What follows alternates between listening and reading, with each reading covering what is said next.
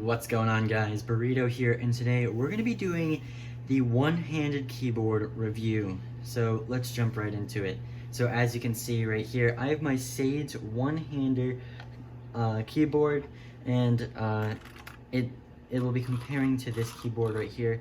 And I'm going to pull out a 100% keyboard to compare where the keys are on this keyboard and on this keyboard. So right here I have my Razer Synology Power keyboard, which I will be making a review video on as well. So I'm going to compare all three of these keyboards and do a review on obviously the one-handed one. Alright, so here are all three keyboards. So as you can see, this keyboard ends at 6T G, B, and spacebar. So you only have this half of the keyboard. So if you want this keyboard, I recommend that you have an extra keyboard on the side, because in games that I can list off, such as Minecraft, if you want to take, if you want to do extra functions, you can't reach FN 7, 8, 9, or 0. So there are a bunch of different struggles that you have with this keyboard, and also a bunch of different pros that you have with the keyboard. So if you play games such as Fortnite, so Fortnite obviously requires only a limited amount of keys, because you have your 4 building keys, your edit keys, placement keys, reload. So I recommend if you play Fortnite a lot, you use that keyboard. So the reason I recommend you use this keyboard is because if you use this keyboard, it gives you a lot of room for your mouse. So for instance, when I played Fortnite, these were my keybinds. I had Q, E, R, T, V, C, Z, X, G, F, and then 1 through 5. So this keyboard would be perfect for me because I don't need any of those extra keys.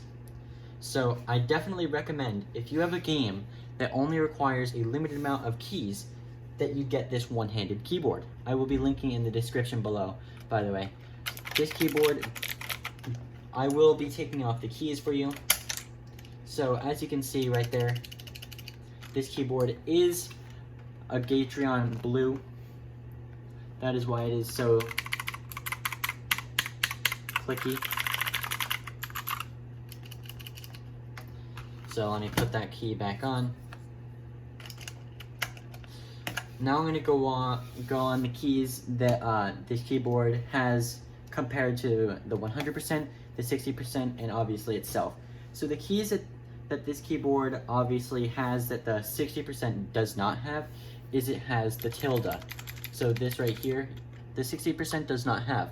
So this has the tab and escape. So does the 100% tab and escape. And then this one only has tab and escape, but no tilde. So this one, that is the only key that, and it also has F1 through F5, which the 60% does not have. So now we're going to go on the keys that the one-handed keyboard does not have. So the one-handed keyboard is missing the Windows key, which is unfortunate. You would have to go use your mouse and do that, or have a different keyboard and have the Windows key, because it has to have the FN key, obviously, to press F1 through F5. Now, if I'm going to compare it to the 60%, I'm going to take out the 100% keyboard now, because I'll be doing this keyboard review in a different video, so I'm only going to compare it to the 60% and the one-hander now. So, we're going to do a comparison of the 60% and the one-hander. So, if you want to buy a 60% keyboard, this keyboard would be used mainly for people that play a lot of FPS shooter games, or games that don't require a lot of keys. So this keyboard is phenomenal with the FN key right there, 1 through 0, obviously. So this keyboard is phenomenal. You have all of the functions that a 100% keyboard has, and all of the functions that less than 60% keyboards have. So this keyboard is perfect for in the middle games. If you are a person that does a lot of coding, typing, and or games that object you to have a lot of keys, I recommend you stick with the 100% keyboard. And now for the one-hander, I recommend if you play an FPS shooter that requires only a limited amount of keys, then I recommend you get this, because these two are phenomenal to have. They're kind of like the same keyboard in one if you think about it. So if I play a lot of games that require a lot of mouse room because you have low sensitivity, you should get this. If you play a lot of games that require high sensitivity, you should get the 60%. So it's all preference on mouse sensitivity, mouse room, and obviously keyboard size. So bottom line is this keyboard is missing many keys, some of which disable you to only have limited amount of functions and type commands and a limited amount of keys, where this keyboard allows you to have all functions, all keys, and all type commands.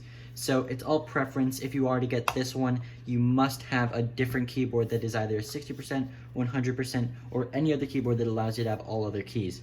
So once again, I'm going to repeat the bottom line. Bottom line is this. If you play a lot of games that require only a limited amount of games, you should get a one-handed or a 60%. If you're going to get a one-handed, you should have an extra keyboard on the side. If you're going to get a 60%, you're fine. So that is my review on the 60% SAIDS keyboard, or the one-handed SAIDS keyboard. I appreciate you guys watching my video. Please like, comment, and subscribe down below, and have a great day.